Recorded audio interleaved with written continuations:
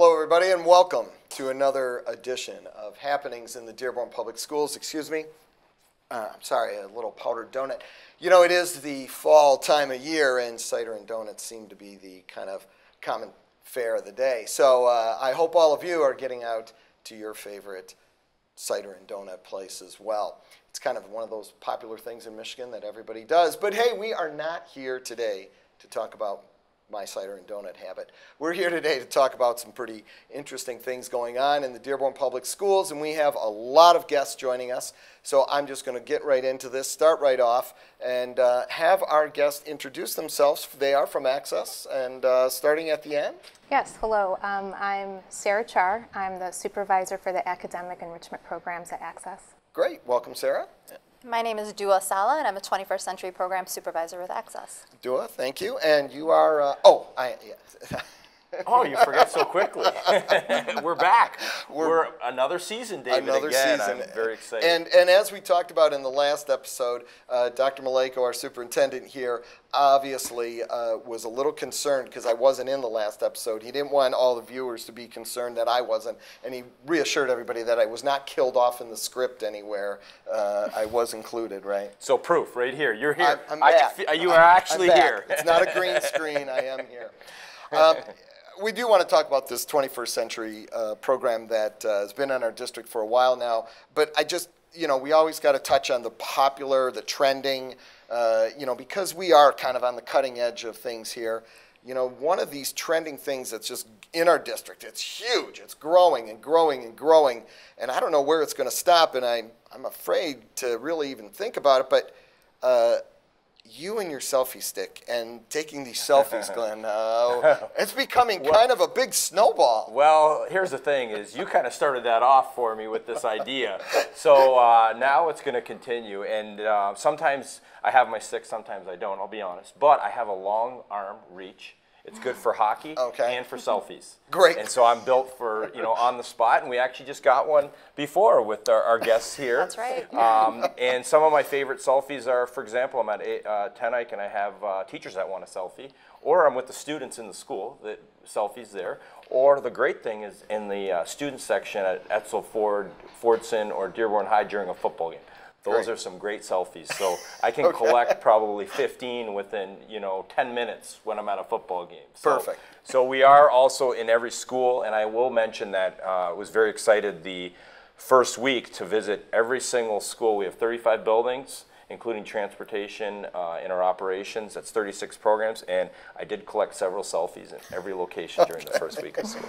So documentation of your travels around the district. Well, it is fun, though. It is a fun thing, and I know the students are enjoying it, and the staff as well. So all right, well, we'll look forward to that. Yeah, all right. Enough of the selfie talk. Let's get into this. Now, I know, Glenn, you have some real history with this 21st Century program that's been in the district for several years now. And so I guess that's the best way to start with this. Sure, and I can say, I had history with Sarah going back, I think our first year was 2003-04 when I was principal at Salina Intermediate. And it started at Laurie and Salina, and this was a program to help students, an after-school program that came together. That was a joint grant that was written. It was actually Access took the lead, but the district was a supportive sponsor because it helps our schools. So we worked very collaboratively, in the initial onset of the program. And Sarah was actually a staff at that time on site at Salina as we grew the program. I can tell you from my experience, it was outstanding because it provided additional supports to our students, extended the day. They had a summer program going on, and some of the resources that we may not have had as a district, they came together with this grant and provided it for us. And so I was also happy to attend a lot of their positive ceremonies events throughout the year. So I'm very supportive of the program because I've seen the positive impact with students. And I guess I'd kind of let, maybe Sarah and Duaa, talk, maybe could you explain the program a little and what it is about and what you do with this 21st Century program. And again, really it comes down to our students that have need and really helping out our children of the school district. And two, they're going to tell you how many schools it's in now too. So it started at 2, but the number has definitely expanded. Right, just to give you a little history, we received the grant in 2003, 2004 in 2 schools, and we expanded to 5 schools, and then 9 schools, and now we're in 19 schools. So that shows you the impact that we've been making throughout the years. In the after-school program, we focus on academics and enrichment. So the students that we target are students that are performing below grade level, and that's a way to give them an opportunity to experience opportunities that they haven't really experienced before. And we also have field trips and summer school. And it's a really great program. We're in 15 schools in Dearborn, actually, and 4 schools in Hamtramck. Outstanding. Well, that's great. That growth is incredible. That's very, obviously serving the students' needs. That's what's really important. So if a student wanted to get into the program, how do students enroll and how are students selected and how are schools selected, I guess? Is there, something you could share? Because you may have some interested parents to say, oh, I want to enroll my children in the program. Yes, we collaborate a lot with the school day staff and the administrators at all of our sites to have the staff involved in the recommendations of the students. So our grant targets specific students that meet the grant criteria, so about 1 to 2 grade levels behind in ELA and math specifically. So we look at the data and we rely on the staff's recommendations. So the first thing that we have them do is talk to their homeroom teacher, their ELA or math teacher, and from there we receive the recommendations and we make the phone calls to the parents to enroll their children. So you are then saying a lot of collaborate, and I know it was for me when I was principal, but between the teachers and the staff at Access and yourself, and there's a collaborative approach to providing this support and sharing of data and resources and information. So what are your specific roles within this program? Could you explain just what both of you do in your role with the 21st century? Sure. My role is overseeing the high schools. So I oversee Etzel Ford, Fortson, and Dearborn High School. And underneath me who works is the site leader. So this is a site leader who works at the school after school. They oversee the daily operations of the program. So they're actually the bridge between after school and daytime. They're the ones who are collaborating with the teachers and administrators to make sure whatever is being taught during the day is expanded to the after school. So we do a lot of academic intervention, tutoring, and a lot of enrichment opportunities for the students. And we're at the sites so program supervisors, we're shared between 4 sites. So for example, I'm at McCullough Eunice, William Ford, and Woodworth. So I visit the sites about each site 1 to 2 times a week. The site leaders have their designated site that they're at every single day, as well as the teachers, instructors, and the tutors. Well, I know we're going to probably have a little switch out here with 2 of your other colleagues that are here. Is there anything you'd like to add before we bring in a couple of your colleagues to the second half of the show? Just that we're so excited to be in the Dearborn Public Schools and working with all the students. We just came out of having a wonderful summer program with the students, so we were able to participate in the summer school blended learning and giving students something really fun to do over the summer while maintaining their academics and making sure they don't hit that summer slope where they come back and they're falling behind. So thank you for having that for us. Well, thank you very much. We're happy to be here. Great. Yeah, thanks. Great. I know this is such a big program and something that's so important to us. That's, as Glenn mentioned, we have to have 4 people in, so we have to do a little swapping out. So we will be right back as soon as we change out guests. And just like that, see, it's magical how these things happen, and we just switch out things and we switch out people. And now joining us are 2 more of our folks from Access who are joining us today, and I'm going to let you introduce yourself and tell us your position with the 21st Century program. Hello, my name is Asya, Obad, and I'm one of the 21st Century supervisors. Great. I'm Alammar, and I'm also a program supervisor. Well, Nahad and Asya, welcome and thank you for joining us. We wanted to pick up the conversation. We were talking about the program and how many schools it's in. I think too, and it was mentioned how these programs kind of blend with the learning that's taking place during the day, so it's seamless for those students so that it supports what's going on in the classroom. What about who's delivering these programs? So are these teachers? Are these people that are brought in outside the school district? So a little bit about the folks who are actually delivering these programs to the students. Okay, so we have certified after-school teachers, And we like to choose teachers that are ready from the school itself, so they work after school. And they do have, have lesson plans that relate, they have Common Core standards that relate to what they're doing during the day. So we kind of piggyback off what's going on during the day, and we help them after school focus on the objectives and certain things that they need to work on. Great. And what's really good about our partnership with the school is that a lot of our site leaders, the ones that actually run the program, are either resource teachers or classroom teachers that are in the school. So they provide a lot of the feedback and recommendations in regards to curriculum or into regards to activities or lesson plans, and they coach and mentor the teachers that are offering or are doing the instructional with the math and the reading with our students. So Asya, you and I go back a long ways from Yes. my days at Salina. Yes. Yeah.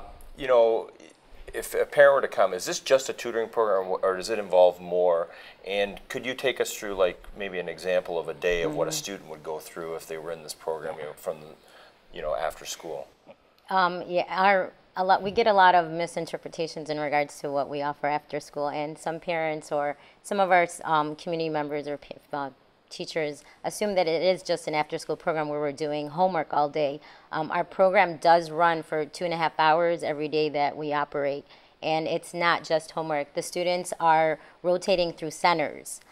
We call them centers because they would go from one classroom to another classroom. Homework is offered every single day that they're there, in addition to 2 other centers that are either enrichment or recreational. We have their ELA, and then we have our math, but we do also do physical ed, youth development, team building skills, computers, and the really good part of that, one part that we really do that the kids always look forward to, are our field trips and our events that we have at schools. So when you said ELA, English language arts. English, math, and focus of reading and writing, exactly. And what are some of those types of field trips and extracurricular things that you guys take part in? So we do take them to the Ann Arbor Science Museum, and they get to do STEM activities and team building activities. And we also took them to the Detroit Pistons, and it was sad to see that there's a lot of kids that was the first time they ever went that far on a field trip, and to the Palace. So when they walked in, they're like, oh my God, what is this? So we had a lot of, also we took them to the Tigers. And we try to keep it where it's school-based, but at the same time, we use it as an incentive and as a reward. So if we see that their grades improved or behavior improved, we try to focus and target every area, like their grades and their social improvement and behavior and things like that. Yeah, and we always try to make the field trip something that's outrageous. We've added a lot of different ones. Last year, we actually took them to Monster Jam. Some of the kids, and we've done the Diamond Riverboat ride, going down the right along the coast of Canada and around. So that was very educational and historical moments they had. So, if we could add the Red Wings, I'd sign up in a second. Yeah, we might have to look into that, right? we're working on. Are you all right? It's good to hear. Well, sounds like exciting opportunity for the students, though, and all. And these experiences, we have to, you have to keep in mind that a lot of the students that are involved in these programs would never have that opportunity for these experiences. And these are the kind of things that we say, yes, they're a lot of fun, but they're also just building vocabulary skills and the social skills that go along with these kinds of experiences. It's all really a big learning process as well. So I think that's great. It's just adds to the overall depth of the program. Absolutely. And I know you're partnered with, with us as a school district and Access, but you have other partners, I believe. Could you explain, who the partners are, or maybe what their roles are? Yeah, we're also partners with MSU and MDE. Okay. And they help us collect grades into a database. And we use those to evaluate the program and see what kids, so we actually track the kids throughout the year. And we use that to see, are they improving in math and ELA? We try to focus on the core subjects.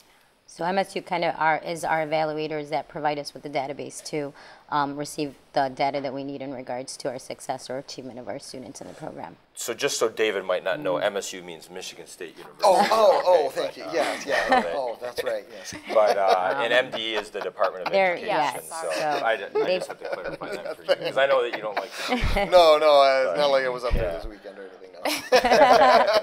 No. But that's great that you do have that Yes. partnership, and you are with the Michigan Department of Ed, so there's a high level of organizations here collaborating for the benefit of Yes. students on a local and on a state level. Yes. And it is data driven. We do collect report cards, we collect NWEA scores, so we do track the kids.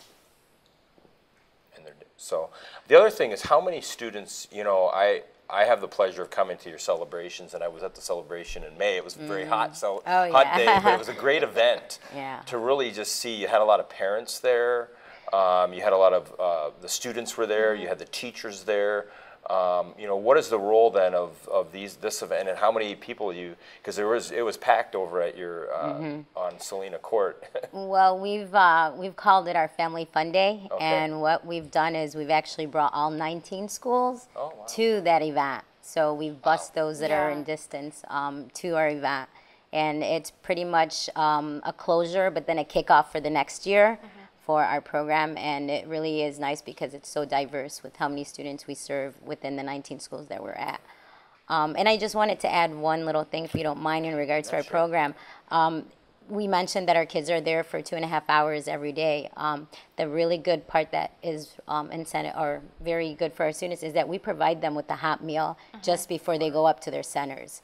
So they get supper, and we call it gathering, and that's when staff and students have their supper, and then they follow it with the sessions. That's outstanding. Yeah. So I also just wanted to mention too, I appreciate some of your staff will be at my general administrator principal Yes. meeting this coming Thursday to Yes. provide support and training and dialogue for our current schools, but also we're opening it up to additional principals that could visit the session to see if there may be some interest in expanding the program. Hopefully we can do that as well. So. And I guess that's really a great lead-in. I mean, Glenn, you've seen this program grow from when it was just at Salina, when you were there, and now, as you mentioned, 19 schools. Number of students you're serving now, and where do you want to go with this program? Is this something that we want to continue to grow and get even bigger, or are we right now? Is this kind of where it's at? I mean, I know a lot of times it all comes down to funding. This is funded by a grant, so where's the future for the 21st century Well, if you program? ask our director, she's immediately going to tell you she wants to expand this, definitely. Yeah. Maybe double it by next Double year. it, okay. Yeah, I mean, we serve close to over probably 1,500 kids, and it's grant that we have for a certain amount of years, but we are driven to continue with applying for these grants within other districts too. So it really helps in helping those. Well, and I want to just commend, Access. I know Anissa Sahuba is not here. Patricia Wagner, I know we have her in the audience. And then Hassan Jaber, they've been big supporters of the program. So we're very Yeah. appreciative to the entire organization of Access and all of you for your support with students. Great. Well, thank you all for Thank joining you. us. Thank you for giving us Appreciate the it. opportunity. I think we covered it. Yeah, great. Thank Hey, Great. Okay. within the time frame. Within too. the time frame. That's always important. Try to keep it within that time frame. Speaking of time frames, we're out of that, and so we will move on. And but stay tuned and always continue to check out the Happenings program. We post these on YouTube. They're also on the district's cable channel, and of course, the superintendent's blog. I know everyone is following that, and because that's where the hub of information is at. So that's where we post these programs, and we hope that you're watching and staying informed about what's going on in the Dearborn Public Schools. That's what these are all about, an opportunity for us to share just a little bit with all of you the great things that take place right here in the Dearborn Public Schools.